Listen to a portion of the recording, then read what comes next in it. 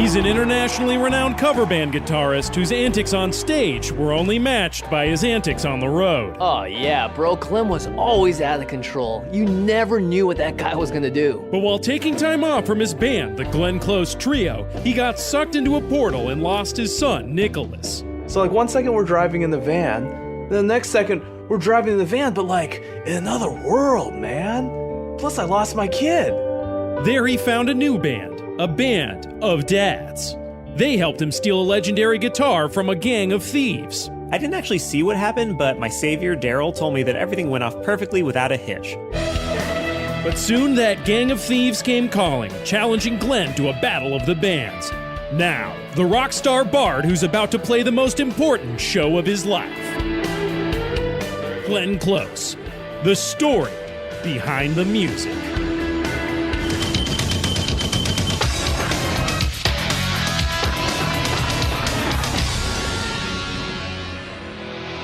My name is Freddie Wong. I play Glenn Close, rock and roll dad and bard. And today's fact about Glenn is he is a graduate of the University of Texas International, UTI. That's right, baby. He didn't realize it until much later, after the sweatshirts got put on. What's the school mascot for Fighting UTI? crabs. Oh my God. It's like they got little pinchers, and they're just like, nah, nah, nah, nah, nah, you know? Instruments. Obviously, Nicholas, you do. And Nicholas is like, yeah, I played. Well, actually, is it cool? Should he play bass? What would you have taught Nicholas? I assume Nick would be a drummer. Drums? Okay, yeah. so he plays drums. Because it's definitely one of those ones where I took a look at the world. I'm like, there's too many guitar players out there. I know that drummers pull tail. And I'm like, I want the best for my kid. Oh, that's so nasty. And bass players have no respect. Nobody ever has respect for a bass player. So it would be drummer next up on the roster. Okay. Nicholas is like, okay, guys, I was thinking that maybe, Dad, you and I should definitely be in the band. And I was thinking we could get Ellery on lead vocals, and we could get Johnny Noer on bass because he could feel it in his chest. Here's the thing: because we stole the battle axe of hatred and like caused this whole fracas. Do you have any SAT quips there, Henry? I would have gone with maybe boondoggle, but I wish you could be here live because Will's eyes got very big when he said boondoggle. Because of the whole, like, all the fucking fight that's about to happen. Hey, come on, Nick. There's, like, adults here, just keep the F-bombs, Really? Just for when we're by ourselves. Okay, fine. It's just for their sake. There we go. There's some parenting. About time. Yeah, Jesus. So all the frickin' fights that are going to happen. Is that okay? that's still an F word, young man. Yeah, a lot of words start with F. I give a little thumbs up under the hood, like, it's okay. I don't think he's going to let me go like properly, but I know where he is. He's going to think we're all here. So my thought is, if we split into two teams, one group of us can go take care of him and like you could like beat him up or you could like bargain for my freedom. And the other group of us could play in the Battle of the Bands to protect the gang. Nicholas, how old are you, son? I'm 13. Okay. I'm a man. Up. 14 and up. Oh, wow. Anybody who's a dad is 14 and up. 14 and Well, I'm also not a dad. I wasn't going to. Yeah. I don't Well, wanna that's be good. around. That's good to know. That's good. I wouldn't have been surprised either. I'm very charismatic, so. Glenn, did your son just say that he doesn't think the guy's going to release him? Fracas. Red Well, takes it of this sounds battle. like, look, fellas, I know that we were really judgmental of these brigands, as you called them, Henry. I do say that the blood is quite literally and figuratively on our hands in this case, as we did sneak into their camp, and rather than quietly and surreptitiously take that guitar, like, I saw you cleave a dude in half, man. Nicholas, Yeah. look, man, if you don't want the three of us to be in your band, you can just tell me like a man. You said you're a man, you're 13. Yeah. Look at me. Yeah. Do you not want us to be in the band? You don't have to send us on a Absolutely wild not. I would love it if you weren't in the band. All right. But that said, that does hurt. all the other stuff I said is still true. So Well, look, rather than fellas, us being in a band, you're giving us the opportunity to go fight a battle for you. Maybe not fight, but fellas, I think that this is going to be the time where you guys can suss out what's going on, because all attention is going to be on me and Nick's sick licks up on stage here. I We see. can finally There get we you go. can finally get an opportunity here to move about, perhaps unseen. Ron, I saw you and your moves with your pants. It was quite inspiring in that regard.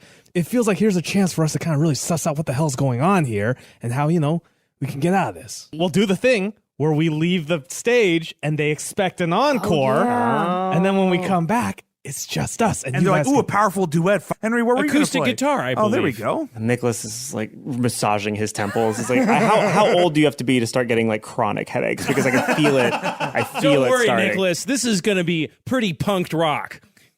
All right, if you say so. Am I right, Nick? You steamroll them. So Nicholas says, based on everything you just told me, if we lose the Battle of the Bands, the Red Brands will take us over and they'll probably kill like half of us.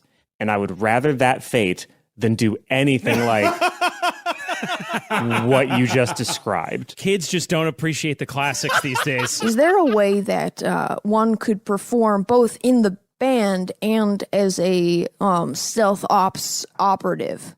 What if you guys could also maybe sabotage the other band? Because I'm getting like really excited here. The idea of like, once again, picking up the axe and rocking a crowd. Guys, look, here's the deal, okay? Nick, we got to win this thing. Of course, I'm This always. is- This is my chance. Because, I mean, well, let's just say me and the band parted ways, not on great terms. Wait, you're not in your band anymore? Well, you know, I'll tell you, the other guys decided to go a different direction. Yeah, you left the Glenn Close trio, right? Well, That's what you told me, Dad. technically that's true, but I guess you could say they asked me to leave. Whoa. Where are they- That's Why? some heavy stuff. What do you mean? What happened? You can't ask Glenn Close to leave the. What are they? Yeah, What what are they what called are they now? I think they're asking the other Glenn Close if maybe she wants to join. Something, I don't know. They're figuring it out. They're figuring out the That'd be a good get. situation. But no, wait. Why did they kick you out of the band? You know, some of my tour antics went a little far. You know that trick we just pulled, right? Where we sort of smoked out that warehouse? Well, if you do that and you're in a garage, if you pass out, that can be really bad because I guess the car exhaust adds a little bit to the equation. You know, I found was out. wondering about the carbon monoxide element of flooding a closed environment with car fumes. Well, you know, that's why I knew it would work. Yeah, when you started the plan, I was like, oh, he's planning on murdering everybody on the inside with carbon monoxide. Interesting. As soon as we got the bat and two rats, I thought Glenn Close is a man who's done this before. Well, Glenn, you know, I'm really busted up to hear that you're not in your band anymore, but you're in a new band of dads, and this band rides or dies together. So you're the Mannheim of this steamroller. So we're going to take your lead on this. So Your quarterback, as my friend Henry would say. I think you guys got to get backstage and fuck up the other band so they sound like dog shit. Hell yeah, Dad. Hell yeah. Nicholas, I guess you're the running back in this situation. Sure, Or the whatever that assistant is. coach. So Daryl, soccer terms. Oh, yeah, that's right. Okay, remember a soccer term. You're the center midfield. Great, yeah. And that's you're the what I play. striker, Yeah. Glenn. Yes. Like on Chelsea. Acoustic guitar Yeah, skills. definitely. Yes, for I'm, sure, for I'm sure. extremely worried. I think you guys are gonna, because they got this whole cloak thing, right? The guy rode up on a cool cloak. Yeah. Everyone's got cloaks. They all got red You guys- cloaks. that's the risk of running a cloak-heavy operation.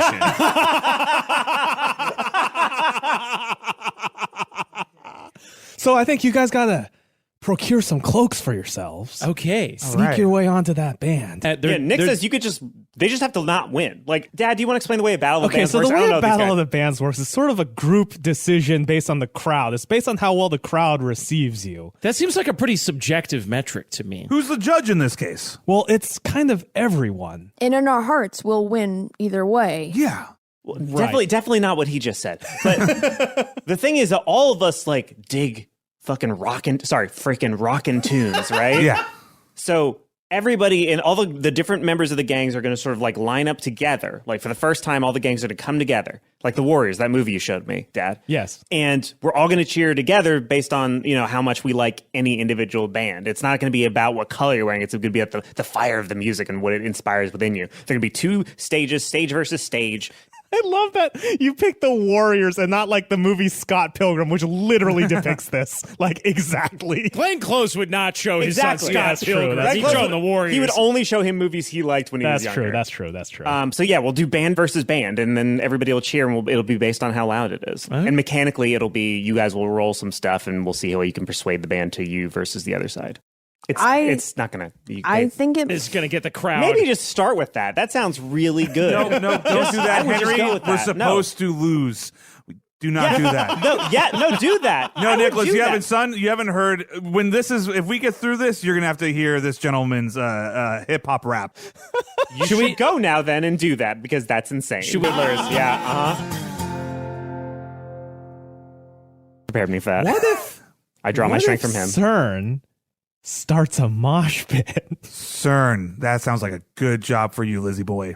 Okay, you want me to go start a mosh pit? Do you guys have mosh pits in no, the I don't. Forgotten You're Realms? gonna have to explain what that is. Oh, well, okay. So here's the thought, CERN. When we go on stage, to get the crowd really going, sometimes the rock and roll gets so strong that the spirit of rock and roll, which is a powerful thing, takes over, and a sort of group hysteria takes place, and people kind of form a big circle in the middle of the crowd, and everyone's kind of like beating the shit out of each other and like tossing each other around and like just kicking the ever-loving fucking shit out of each other. It's kind of like if you treat the people around you like skin that is molting off of you like a reptile, which you are, CERN, so I think this should be very easy But for see, you. this will get people really hyped up because that means, right, like if a mosh pit's going on, you know that they're really just... I do like the idea we have a man inside on the in the crowd. An agent who's- provocateur. Well, don't worry, CERN. You'll have the power of my sick licks to help you out. Okay, I was less worried about like making sure they can fight and more licks? about my Yeah. own safety, but that's fine. Well, here's the thing. It's just like starting a fire in an abandoned like warehouse on the edge of Cincinnati. You just get the spark going, and then the whole thing goes up way faster than you think, and then you got to get out of town. What a weirdly specific metaphor. Hey, fellas, focus up. All right. Okay. Me and Nick are going to get the band ready for our stuff because we got to get ready here. Best of luck to you. Get back there. Get in that band. Hey, Glenn. Oh, God. Daryl kind of looks over. It's like, kick ass out there, man. Gives you a wink. Nick looks at you. He's like, "You could have just say rock and roll." Hey, Nicholas. We fucking say rock and roll. Nicholas. What? Fucking rock and roll, man. Hell yeah! Hell yeah! From the distance, I see this. I see them dad huddle on stage in full view of everyone and go, oh, for Christ's sake. Yeah, Nick is like, you guys always do this? It's like, it's just kind of a way for us to like communicate, I guess, to each other. It's strange, but something that we kind of abide by the constraints of. It's just the timing. You could just do it before you get into the... Okay, that's fine. Across the sea of celebration, Nicholas and Glenn Close are like, what? Nicholas is like, what the fuck are they doing? What the fuck were they doing? They were supposed to fuck it up. Nick, we were clear, right? Well, I feel like we said we were do a bad explicitly job. do a bad job. What the fuck was that? That was like a 10 out of 10 performance. Nick's like, we're gonna die. They're gonna kill us. Oh no. Dad, I think maybe we should just go. We should just run. Yeah. We can't fight this. Yeah, let's book it. We're getting the fuck out of here, dude. All right. So Nick runs to the Honda Odyssey and he says, get in, Dad, get in. I'm sprinting after him, guitar in tow. Okay, so he slams the door shut. Okay, so the rest of you, as you're celebrating and basking in the glory of this amazing performance. I'm crowd surfing. You turn and you see the lights of the Honda Odyssey turn on and you hear the engine rumble to life. Nick rolls down the window and peeks his head out of the driver's side and goes, I hotwired it and I got a natural 20. Later, suckers! And he hits the gas and the Honda Odyssey just speeds into the fucking distance. Mean. It means that now Nicholas and Glenn have time enough to drive far, far away where you can't catch up with them on foot. That's what I was saying. Now they got the minivan. They're well on their way to Waterdeep. Ooh, maybe I've said too much, but I have to say it's likely that you've been scammed by Nicholas and Glenn both. Oh, fuck!